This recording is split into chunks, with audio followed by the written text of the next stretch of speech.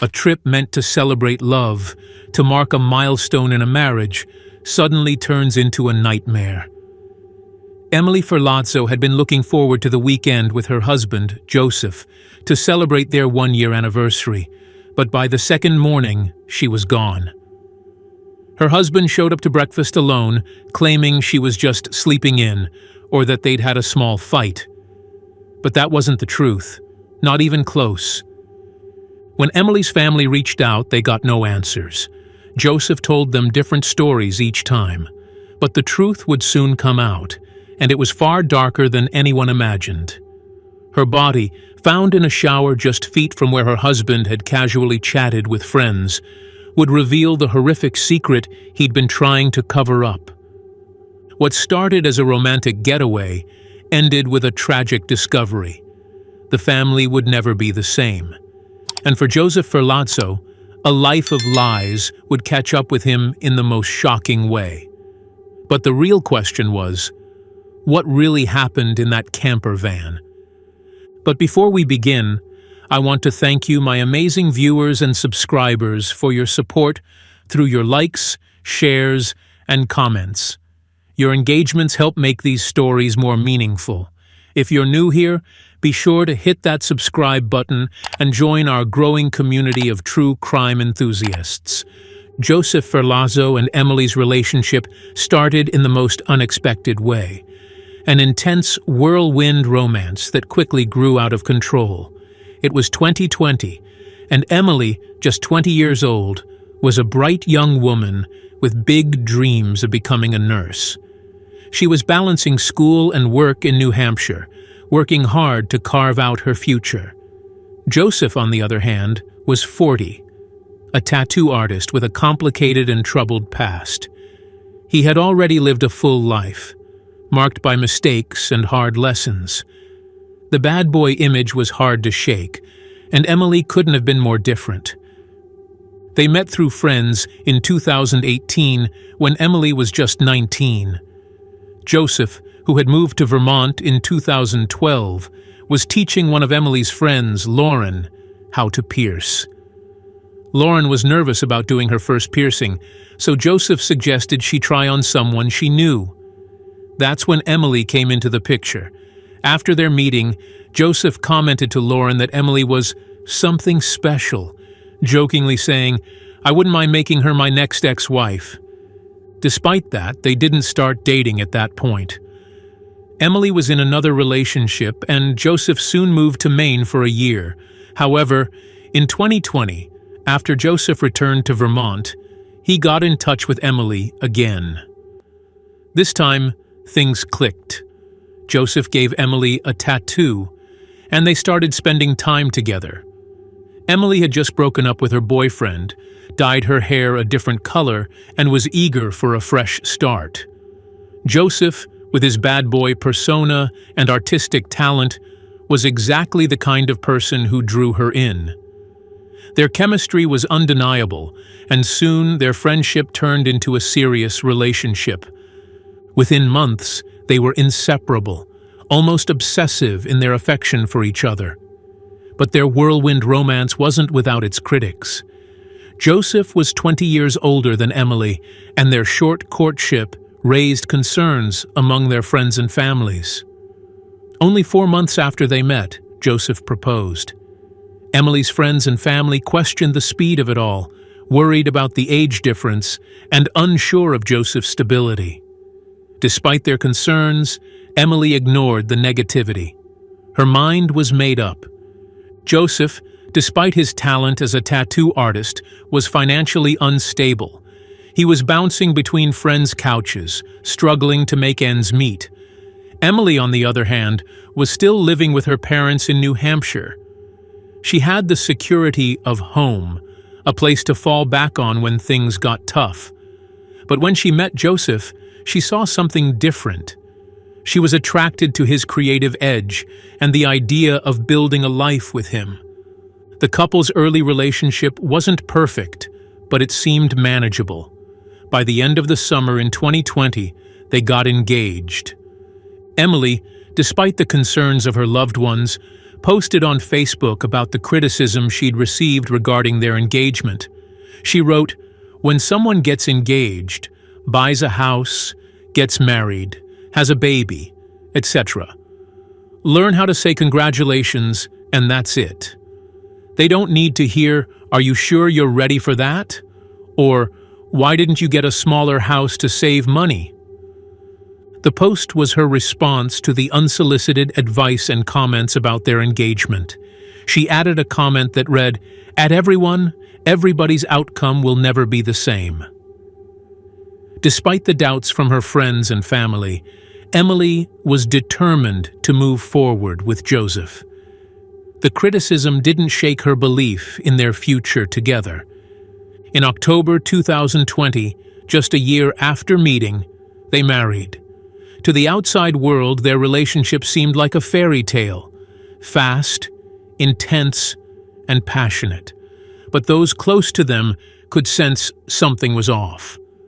Joseph's financial instability soon became a source of tension. His tattoo business wasn't bringing in steady income, and he was constantly struggling. Meanwhile, Emily was still in the position to rely on her parents. She had a safety net, but Joseph didn't, and it started to cause friction.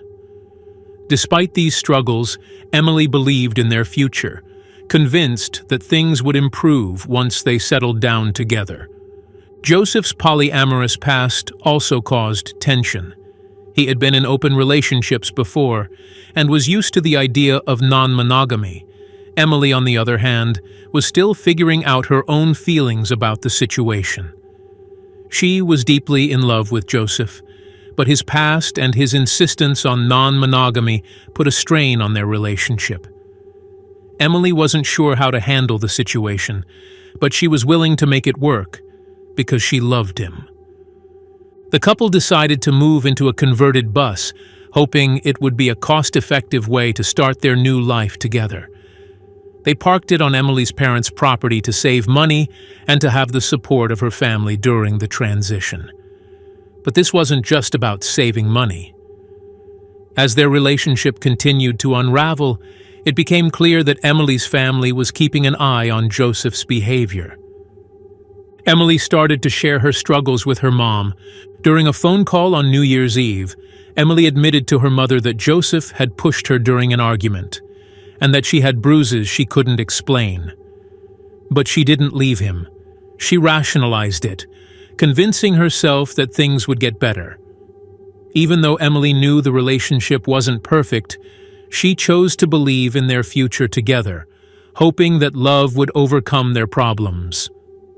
By the time their anniversary trip to Vermont was planned, in October 2021, things between them were anything but blissful. The couple was dealing with constant fights, financial stress, and emotional distance. Emily, despite her excitement about seeing her sister-in-law, wasn't feeling the joy she once had. Something seemed off. Joseph's insecurities and jealousy were only getting worse. Their one-year anniversary trip, which was supposed to be a celebration, had become a last-ditch effort to salvage a marriage that was already falling apart. Imagine planning your one-year anniversary trip to celebrate the love you've built, only for it to turn into a devastating nightmare.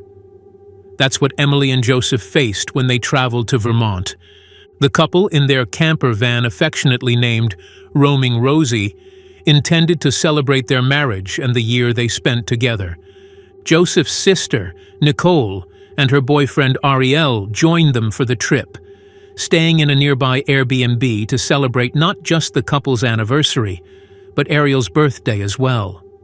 However, the joy of a double celebration wasn't in the air. While Joseph was eager to enjoy the trip, Emily wasn't so sure. She had been feeling the weight of the past year. Money struggles, frequent arguments, and jealousy had all taken a toll.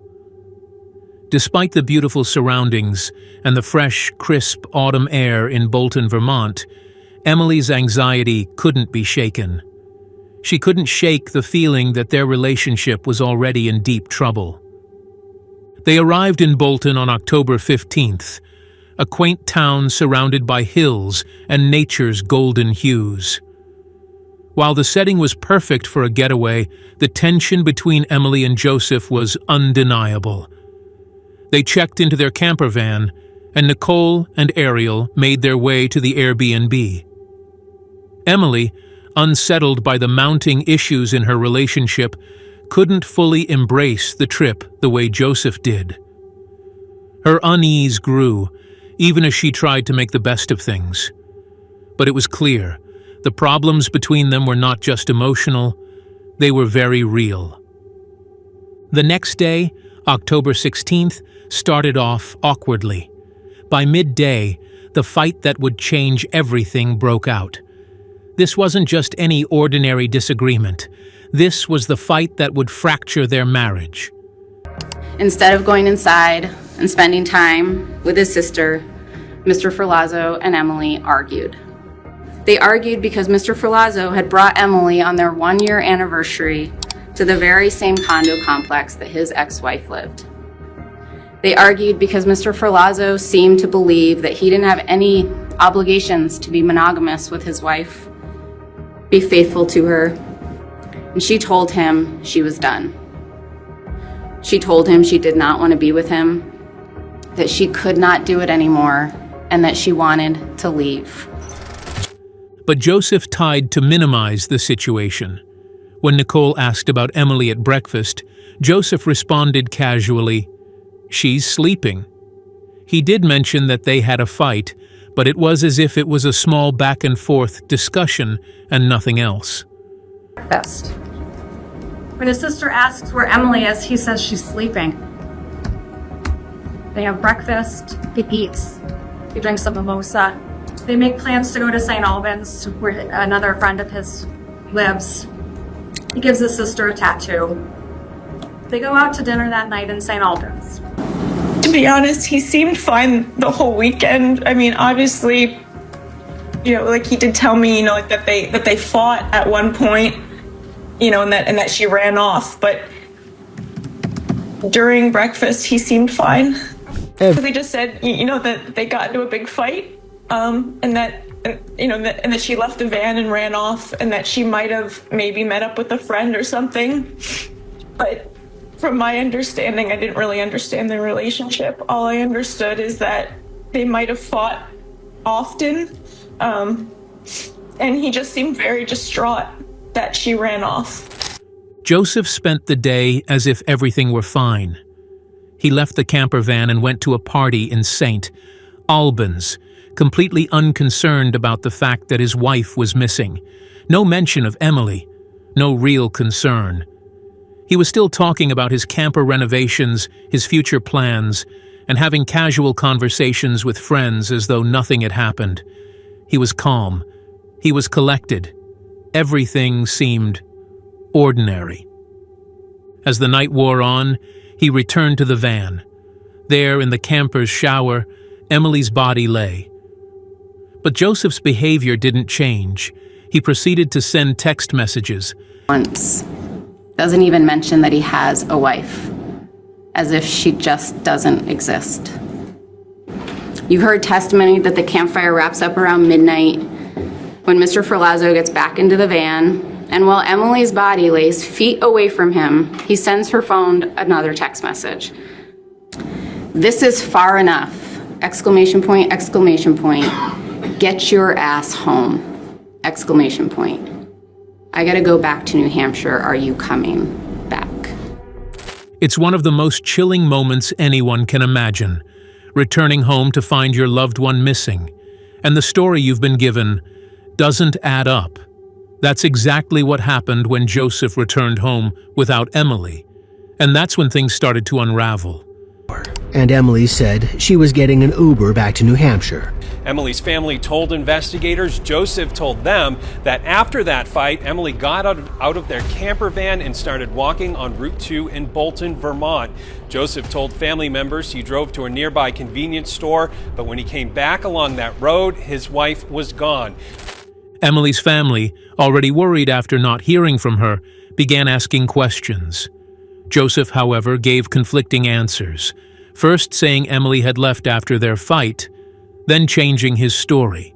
He claimed she had walked off from the camper van during an argument, but the details were inconsistent. Where Emily was? Yes.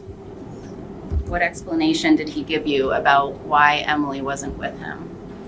That they had an argument, and she got out of the bus on Route 2. He drove away to a gas station to let her cool off, and then he came back. She was gone. What did you observe about him when he arrived? He was shaking. I interpreted that as he was cold because he had just driven from Vermont on his motorcycle. Did he tell you why he wasn't in the van? No. Did he tell you where the van was? I asked him 2 different times, and he told me 2 different answers. One was New Haven, and the other is at a garage of somebody, I believe, named Kurt. Were either of those locations that he gave you his friend's house in St. Albans? No. What did he do while he was at your residence? He took a shower. He ate the dinner that David had made for us. Did Joseph tell you that he called the police? He did not. Okay. And did you call the police? My husband, David Bass, called the police with me. And did the Vermont State Police ultimately speak to Mr. Verlazzo? Yes. And was he at your house when that occurred? Yes. As the days went by, Joseph's story grew more suspicious. The family grew concerned, and police were soon involved. The more Joseph spoke, the less believable his account became. Every new version of events seemed to contradict the last, raising alarm bells for everyone who knew him.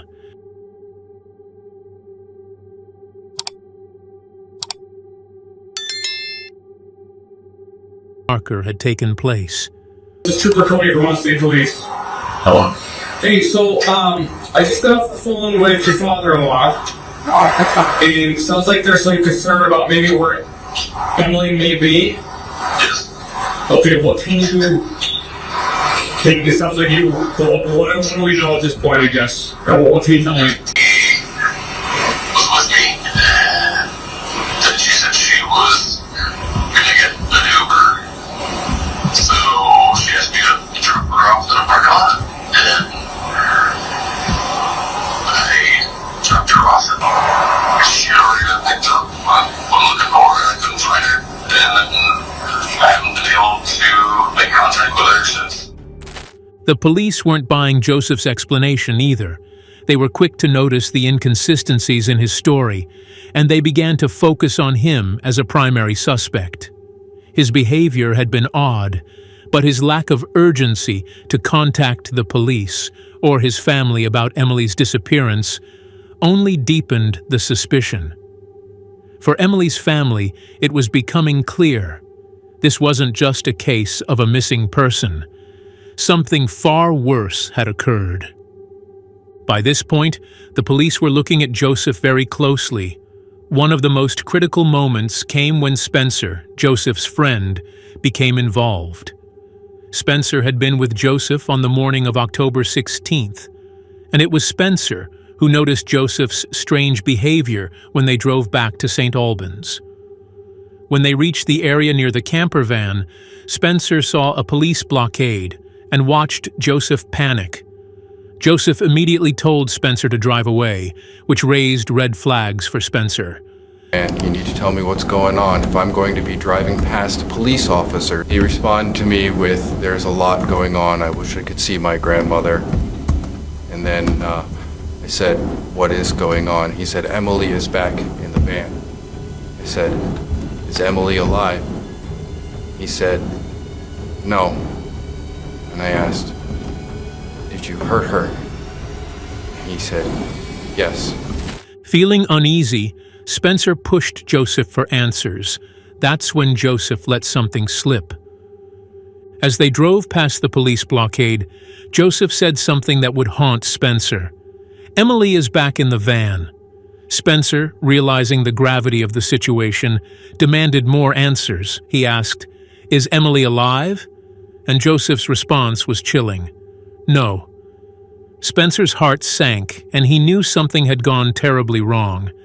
That's when Spencer called the police, his voice shaky as he made the confession. The truth was starting to come to light. Joseph was involved, and the pieces of the puzzle were beginning to fit together. And you need to tell me what's going on if I'm going to be driving past a police officer. He responded to me with, "There's a lot going on. I wish I could see my grandmother." And then I said, "What is going on?" He said, "Emily is back in the van." I said, "Is Emily alive?" He said, "No." And I asked, "Did you hurt her?" He said, "Yes." It didn't take long before the police confronted Joseph directly. When Joseph was finally interviewed, he broke down and confessed. His version of events had shifted several times, but now, facing the full weight of the situation, he admitted to what had happened.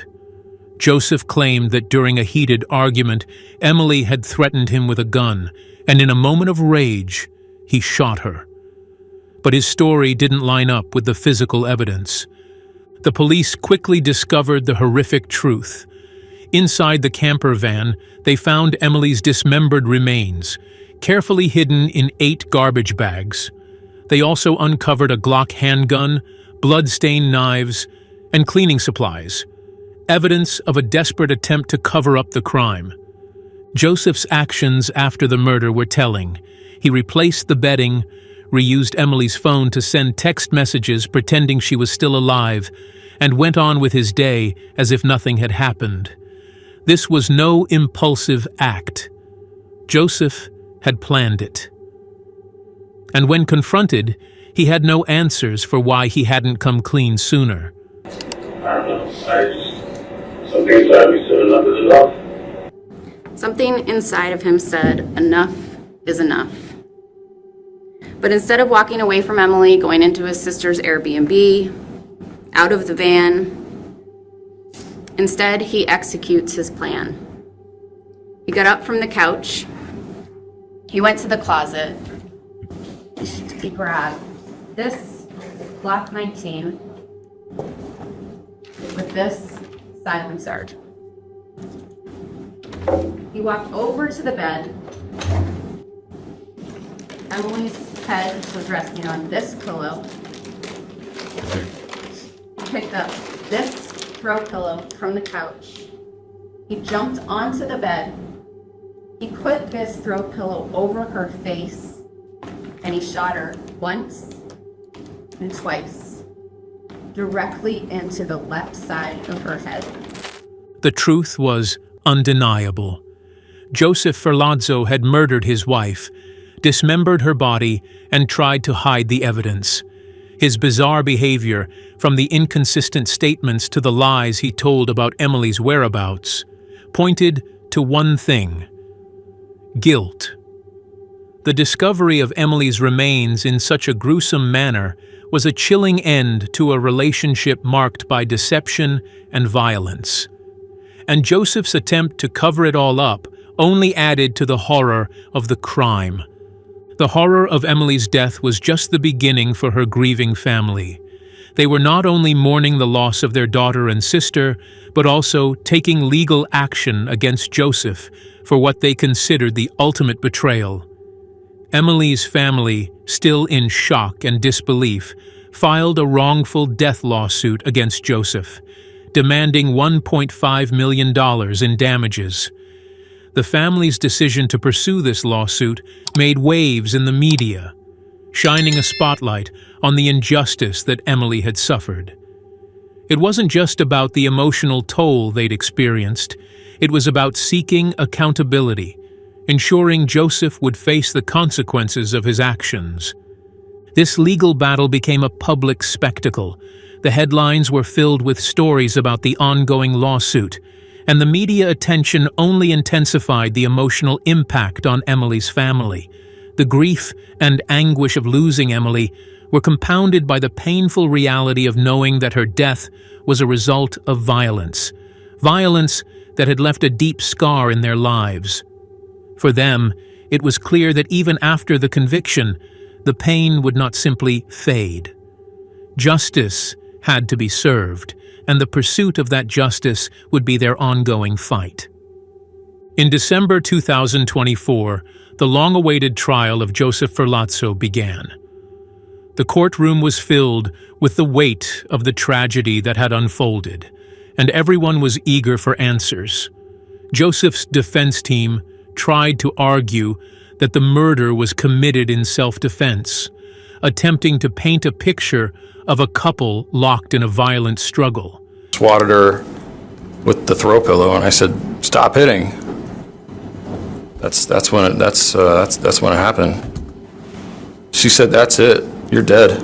And she threw her arm under her pillow, and she pulls her hand out with the Taurus. And how were you feeling?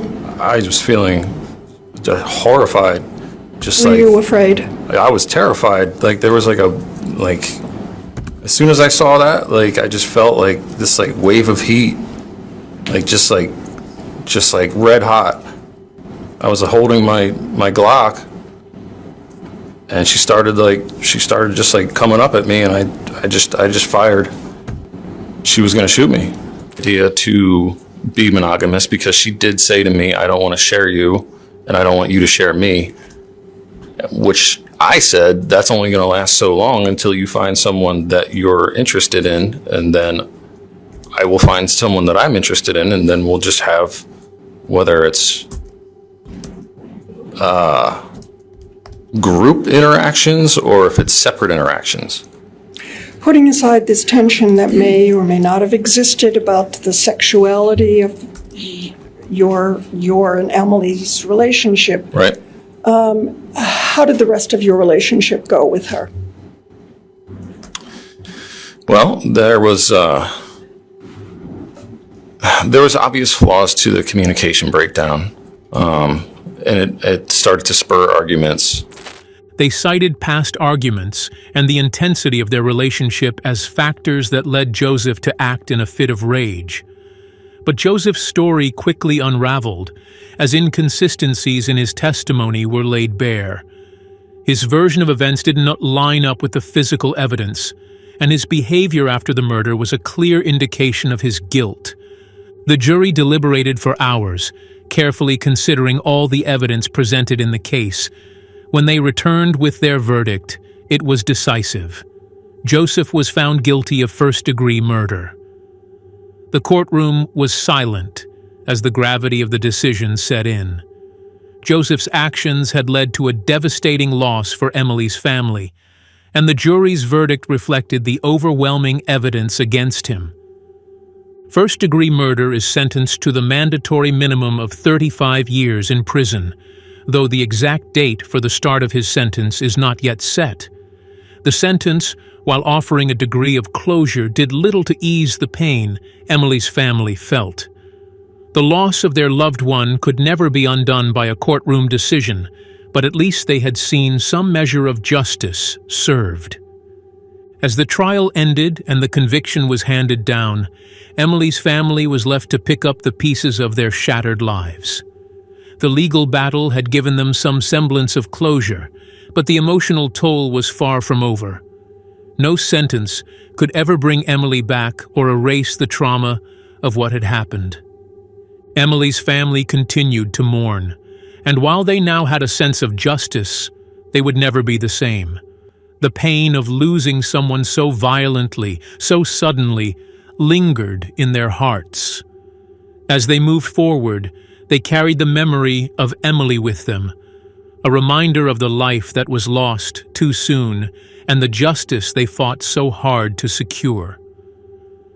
And so, as we reflect on Emily's story, we're reminded of the importance of seeking justice, not just for the victim, but for the families who are left behind.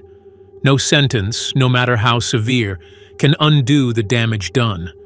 But for Emily's family, the search for justice will continue, one step closer to healing, but never the same. And that brings us to the end of this tragic case. What are your thoughts on this case?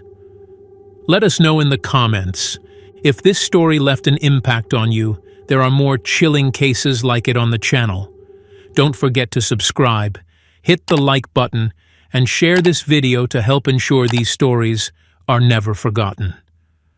Thanks for watching,